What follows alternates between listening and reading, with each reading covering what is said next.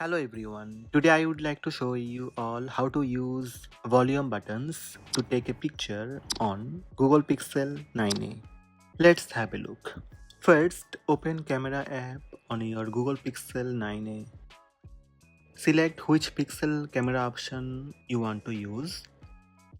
The volume buttons on a Pixel phone are located on the top right side of the device. The top portion of the button increase the volume while the bottom portion decrease it. When you are ready to take photo, press either volume up or volume down button.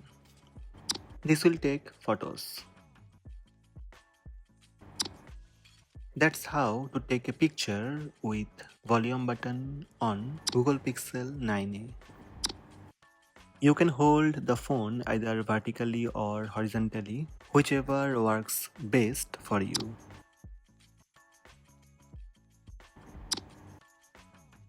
You can long press on volume up button or down button to take videos using photo option. So these are the steps to use volume buttons to take picture on Google Pixel 9a.